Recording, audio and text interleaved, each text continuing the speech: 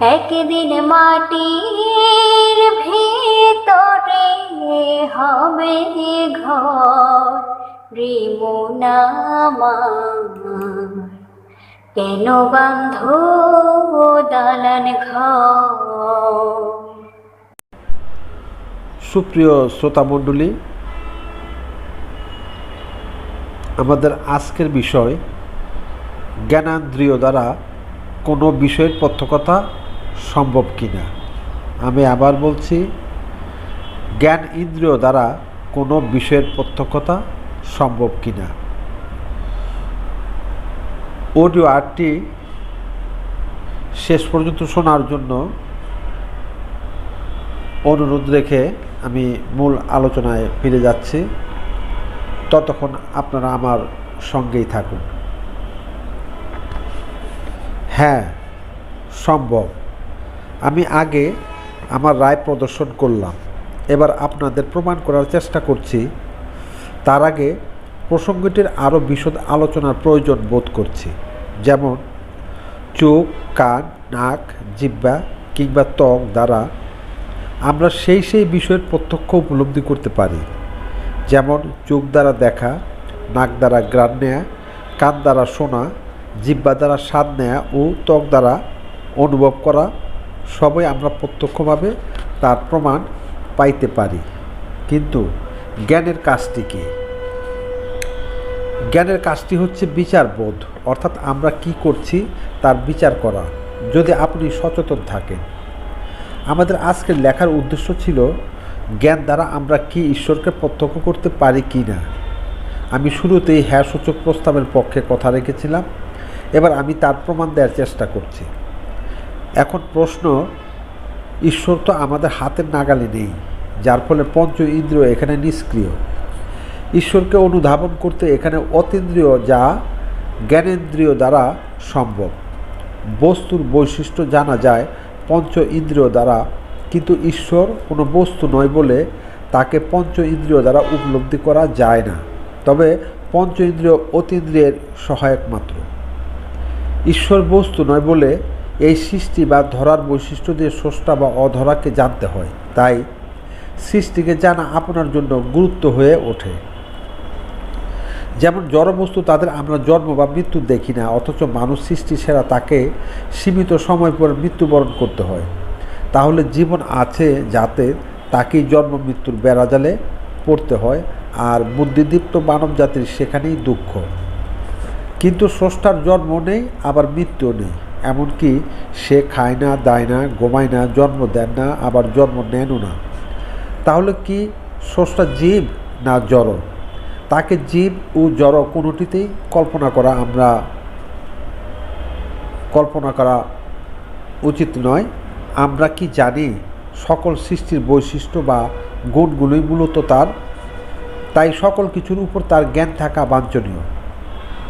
সকল সৃষ্টি এবং সকল গুণ তার, তাই সার্বিক গুণ অ্যানালাইসিস করে স্রষ্টার স্বরূপ আবিষ্কার করতে হয়। আমরা পঞ্চ ইন্দ্রিয়ের মতো স্রষ্টাকে চাক্ষুষ দর্শন করা সম্ভব নয়, বলা চলে অঙ্ক করে স্রষ্টাকে চিনতে বা বুঝতে হয়। এখন চিন্তার শক্তি যার যতটা প্রখর, সে ততটা ঈশ্বরের নৈকট্য লাভ করতে সক্ষম হন। মানবজাতি সাধারণভাবে বুঝেছেন সকল কিছুর মূলে একজন স্রষ্টা আছেন। সেই স্রষ্টাটি কেমন তা নিয়ে নানা মত পথ বা নানা কাহিনী জগতের বুকে প্রচলন রয়েছে। নবীগণ স্রষ্টাকে নিয়ে একরকম উপলব্ধি করানোর চেষ্টা করেছেন, আবার আধুনিক বিজ্ঞান তারা অন্যরকম বলার চেষ্টা করেছেন। তবে দীর্ঘ সময় জুড়ে ধর্মীয় ভাবধারা প্রচলন থাকায় বিশ্ব আজ বিশ্বাসী মনোভাবাপন্ন হয়ে আছে। আমাদের নিকট বিজ্ঞান আসছে প্রায় 300 বছর অবধি। তবে বিশ্বাসকৃত ধর্মের লগ্ন অতিবাহিত হয়েছে প্রায় 10,000 বছরের উপরে। সেই দৃষ্টিতে তার অনুসারী হবে সংখ্যাধিক্য, আর এটাই স্বাভাবিক। আর 50 বছরে যতটা বিজ্ঞান ও মুক্তমনা মনোভাবাপন্ন লোকের সমাবেশ ঘটেছে, তাতে আগামী 100 বছরে তাদের কাছাকাছি পৌঁছাবে, তাতে কোনো সন্দেহ নেই। আমাদের আলোচনার পর্বটি ছিল জ্ঞানেন্দ্রিয় বা অতীন্দ্রিয় বিষয়টির কাজটি কী। যেমন লঙ্কা ঝাল। এখানে প্রত্যক্ষ বা দৃশ্যমান আকৃতি একরকম এবং তার ভিতরকার গুণটি হচ্ছে ঝাল। তেমনি ঝালের অন্তঃস্থলে আরেকটি গুণ রয়েছে, তা জানতে অতীন্দ্রিয় জগতের জ্ঞানের প্রয়োজন।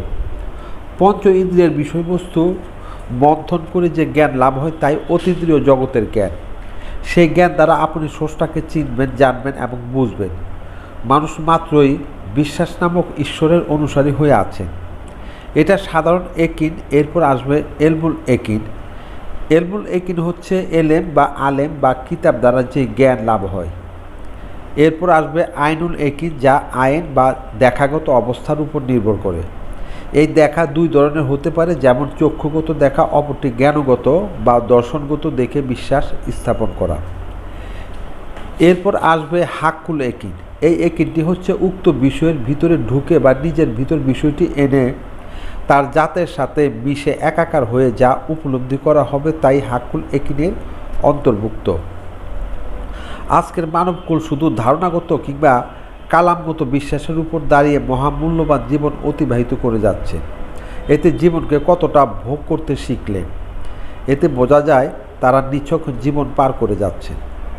আপনাকে জীবনটি দেয়া হয়েছিল জীবনের জন্য, কিন্তু সেই জীবনটি আপনি লাভ করতে পারছেন না। আপনি হাঁটা, চলা ফিরা, খাওয়া, ঘুম ও সেক্স করতে পারার জন্য জীবন নয়, এটা শুধু আপনাকে চলাচলের জন্য দেয়া হয়েছে।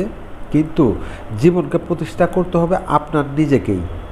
এখন প্রশ্ন, আপনি কেমন জীবন তৈরি করতে সক্ষম হলেন? আপনি যে জীবন তৈরি করেছেন সেই জীবন আপনার নিকটে বিস্তুল্য হয়ে পড়ছে কিনা? আপনি এখন না বুঝলেও দুদিন আগে বা পরে হলেও বুঝবেন। কথা ছিল একজন শান্তিময় সত্তা ও প্রফুল্ল মন নিয়ে জগতের বুকে বেঁচে থাকার কথা। আপনাকে যদি আপনার অপছন্দ হয় তাহলে আর কাদের নিয়ে ঘর করবেন? আপনার ঘরেই যদি শান্তি প্রতিষ্ঠা করতে ব্যর্থ হন তাহলে মিষ্টিও আপনার নিকট তেতু মনে হবে। তাই আপনার ভিতরে বা আপনি নিজে স্বর্গীয়ময় হয়ে উঠুন, তখন দেখবেন বাহির পানেও আপনার স্বর্গ খুঁজে পাবেন। নানা প্রতিকূলতার ভিতর দিয়ে যেতে যেয়ে আপনার মৌলিক জায়গাটি বা জীবনটি বিচ্যুতি ঘটে থাকে। আবার কোনটি ঠিক বা কোনটি বেঠিক তা না জানার কারণে বেঠিকটা ধরেই জীবনকে সাজিয়ে থাকেন, যার ফলে স্বস্তি বা শান্তিতে থাকা সম্ভব হয়ে ওঠে না। তাই সৃষ্টি জগতের জ্ঞান দিয়ে স্রষ্টাকে উপলব্ধি করতে হয়। স্রষ্টাকে তালাশ করার আগে নিজেকে প্রশ্ন করতে শিখুন, কোন অভাবের কারণে আপনি তার প্রয়োজন অনুভব করছেন। মানুষ তার শূন্যতা বা অভাবীয় জায়গাটির জন্য স্রষ্টা প্রাপ্তির আকাঙ্ক্ষী হয়। তা বহুবিধ অভাব থাকতে পারে, কিন্তু মৌলিক একটি অভাব যা পূরণ না হলে পরে জগতের অনেক কিছু থাকার পরও তার অভাব কাটিয়ে ওঠা সম্ভব নয়। তা হচ্ছে প্রতিটি জিনিসের একটি নিশ্চিত উত্তর। যেমন টাকা মানুষের প্রয়োজন, কিন্তু টাকা দিয়ে আপনি কি করতে চান? আপনার পিছুটান এড়ানোর জন্য আপনার টাকার প্রয়োজন, কিন্তু টাকা করেন তুলনা করার জন্য, অর্থাৎ অপরের তুলনায় আমার বেশি থাকতে হবে তবেই তার চেয়ে আমি বড় হতে পারি। এমনি করে সকল স্তরে তুলনা করার তাগিদে আমরা বস্তুর পাহাড় গড়েছি এবং বস্তু নির্ভরশীল হয়ে পড়ছি, যার ফলে মানুষ মৌলিক জায়গাটি আর চিহ্নিত করতে পারেন না। মানুষ মাত্রই চলমান জগৎ নিয়ে হিসেব করে চলেন, কিন্তু প্রকৃত জীবন বলে অন্য কথা। অর্থাৎ জীবনের ভারসাম্যতা রক্ষার জন্য বস্তুর প্রয়োজন আছে, কিন্তু বস্তুই যেন জীবনের মূল বিষয় হয়ে দাঁড়িয়েছে, যার ফলে মানুষ স্বস্তিতে থাকতে পারছেন না। প্রকৃত জীবন আমাদের বলে থাকেন দেহ ও মন যেন রোগমুক্ত থাকে এবং যতটুকু চিন্তা বয়ে বেড়াতে সক্ষম হবেন ঠিক ততটুকুই মাথায় নেবেন। আপনার ঘুম হারাম হয় এমন বাড়তি বোঝা মাথায় নেবেন কেন? আপনি ইহজগৎটি মুখ্য মনে করে জীবন সাজাচ্ছেন, কিন্তু যে ইহজীবনটি আপনার ক্ষণস্থায়ী, শরীরে যৌবন থাকতে আপনি বুঝে উঠতে পারেন না। আপনি নির্ভর করে আছেন বস্তুর উপর, যা আপনি মরার ভিতর দিয়ে সব ফেলে যেতে হয়। আপনি একটিবার ভাবেননি শুধু নিজেকে নিয়ে যাওয়া ছাড়া আর কিছুই নেওয়া যায় না। তাই সাজাতে হয় নিজেকে, তাই নিজেকে এক উৎকৃষ্ট রূপে সাজাতে হয়। আপনি সারা জীবন সাজাতে চেষ্টা করলেন আপনার বাহির জগৎ, কিন্তু ভিতরকে ছিন্ন ভিন্ন করে দিয়ে। পরকাল বলে যদি কিছু থাকে তাহলে সেখানে বাস করবেন নিজের ভিতর, আর এখানে বাস করছেন জগতের ভিতর। আসলে মূল আবাসস্থল হচ্ছে তার নিজের ভিতর, কিন্তু বাইরে চাকচিক্য ও মোহমায়া আপনাকে নিজের ভিতর থাকতে দেয় না। যারা বুদ্ধিমান তারা নিজের জগৎ ঠিক রেখে বাহির পানে তাকান, আর অজ্ঞানীরা সর্বদাই তাকান বাহির পানে। এখানে প্রকৃতির সাথে ভৌত চিন্তা সাংঘর্ষিক হয়ে থাকে। আজকের পৃথিবী পরিচালিত হচ্ছে ভৌতিক, জাগতিক কিংবা মন গড়া দর্শনে, যার দরুন শান্তি চলে গেছে নাগালের বাইরে। কেননা মন বা মনোজগতের বিষয়বস্তুটি হচ্ছে স্বর্গীয়ময়, সে বস্তু জগৎকে সাপোর্ট করে না। তার খোরাক কৃত্রিময়, প্রকৃতিময়, যা নিয়ম মেনে চলতে আগ্রহী। সেখানে আপনি তাকে অনিয়মে পরিচালিত করতে চান, তাই আপনার সাথে তার মিল হবার নয়। আর মিল না হলে আপনি পরমকে শান্তি দিতে পারছেন না, তেমনি পরমও আপনাকে শান্তি দিচ্ছেন না। আপনি কি জানেন, যেদিন ঋণাত্মকের জন্ম হয়েছিল সেদিনই ধনাত্মকেরও জন্ম হয়েছে। তদ্রূপ দিনের জন্য রাত, ভালোর সময় বন্ধ, সাদার সময় কালো, ঠিক সাগর হবার সময় পাহাড়ের সৃষ্টি হয়েছে। অর্থাৎ দুই মেরুর দুটি বিষয়ের জন্ম একই সময়। সেই হিসেবে জীবের সাথে সাথে পরমেরও সৃষ্টি হয়েছে। স্রষ্টার উদ্ভবের সময় ক্ষণে সৃষ্টিরও সূচনা ঘটেছে, গ্রামার আমাদের তাই বলে। এমনি করে আল্লাহ শব্দটির সময়কালীন মকরু বা শয়তান শব্দটি এসছে, যদিও ধার্মিকগণ বিষয়টিকে মেনে নিতে কষ্ট হবে, কেননা আল্লাহ সম্বন্ধে তাদের অন্যরকম ধারণা নেই, তারা বড় হয়েছে, তাই বিষয়টি তারা মিলাতে কষ্ট বোধ করবেন। আবার একটা সময় বিষয়টি পরিষ্কার হয়ে যাবে যদি নিরপেক্ষ বিচার বোধ করতে সক্ষম হবেন। আমরা অন্তত এটা বিশ্বাস করি যে পরম একটি সুন্দরতম দিকের নাম, আর জীব বলতে তার দোষ ত্রুটি আছে বলে ধার্মিকগণ মনে করে থাকেন। মানব জাতিকে যদি রক্ষণশীল সত্তা দিয়ে থাকেন, তাহলে আরেকটি বক্ষণশীল সত্তা থাকবে, এই যুক্তিতে আপনি অস্বীকার করতে পারেন না। যদি জীব সত্তা দিয়ে আপনাকে সৃষ্টি করা হয়ে থাকে, তাহলে তার সাথে একটি পরম সত্য নিহিত থাকার কথা। সেই হিসেবে আপনার মাঝে জীবসত্তার পাশাপাশি পরম সত্তাটিও রয়েছে বলে স্বীকার করতে হবে। আপনার জীবসত্তা সর্বদাই স্বাধীন সত্তা বলে দাবি করেন, তাও তার মতো করে, কিন্তু পরম বা রক্ষণশীল সত্তাটি একটা নিয়মের মধ্যে থাকতে চান। শান্তি পাবার ক্ষেত্রে জীবগত মন এবং পরমগত মন দুটি ভিন্ন সত্তা, এবং মন, মেজাজ, ভাব, চিন্তা এবং কর্মের বৈশিষ্ট্য ভিন্ন থাকার ফলে আপনি অস্থির, চঞ্চল, উদ্বিগ্ন ও হতাশাগ্রস্ত। তাই দুই মনকে এক মনে রূপান্তর করতে না পারলে আপনি স্থির হতে পারেন না। হয় আপনার জীব সত্তা পরমের অধীনস্থ হবে, না হয় পরমকে জীব সত্তার অধীনে আসতে হবে, তবে আপনার শান্তিময় অবস্থা কায়েম হতে পারে। এখানে পাঠক বা শ্রোতাগণের জিজ্ঞাসা থাকবে, পরম সত্তা কি জীব সত্তার অধীন হয় কি না? উত্তরে হয়।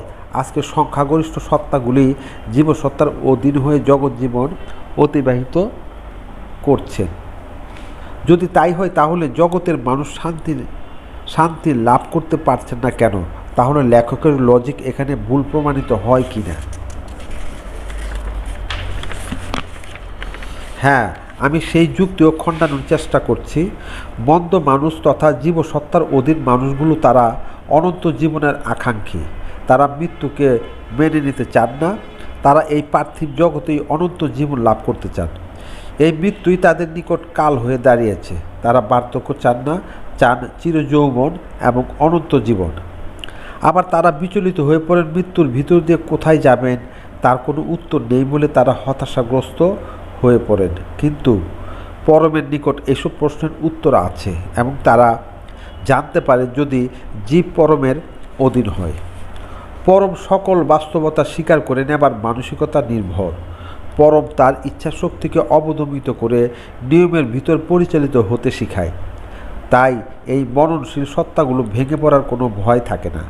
সে একটা একটা করে সকল বাস্তবতার ভিতর দিয়ে বিশ্বের সকল কিছুকে মানিয়ে নেওয়ার যোগ্যতা তৈরি করতে বদ্ধপরিকর। গুণীগণ সকল জীব সত্তাধারী সত্তাকে পরমের অধীনস্থ হবার আহ্বান জানান। এখন আপনি কাকে কার অধীন হতে শিখাবেন কিংবা নিজে হবেন, সেটা তার ব্যাপার। আমরা দেখে আসছি বিশ্বের সকল কিছু একটা নিয়মের অধীন। পশু, পাখি, জীব, জানোয়ার, গাছ, লতা, পাতা সকলে একটা নিয়ম মেনে চলছেন, কিংবা জিন ও ইনসানকে তার ইচ্ছামতো রাজত্ব কায়েম করার তাগিদেই তাদেরকে ইচ্ছার শক্তি না দিয়ে তার অধীন করে রাখা হয়েছে। তবে এখানে মজার দিকটি হলো অন্য কোনো প্রাণীকে এই ইচ্ছার শক্তিটি দিলে পরে মানব জাতিকে অবশ্যই ঈশ্বরের অধীনস্থ করে রাখা হতো, যেমনটি রাখা হয়েছে অন্যান্য প্রাণীকে। সেই হিসাবে আপনার জন্মটি হচ্ছে দুর্লভ জন্ম অথবা নিষ্ফল জন্ম। আপনি বড় কিছু পেয়েছেন বটে, কিন্তু কাজগুলো করলেন অতি ছোট, অর্থাৎ খায়েশের বশবর্তী হয়ে এককেন্দ্রিক জীবন ভোগ করে গেলেন, যার ফলে তার খেসারত স্বরূপ আপনার জীবন সামনে এসে কাপুরুষের মতো হতাশাগ্রস্তের ভিতর দিয়ে দুনিয়া ছেড়ে চলে যেতে হচ্ছে। আর জ্ঞানেন্দ্রিয় আপনাকে এই শিক্ষাটি দিতে শিখায়। ধন্যবাদ সবাইকে।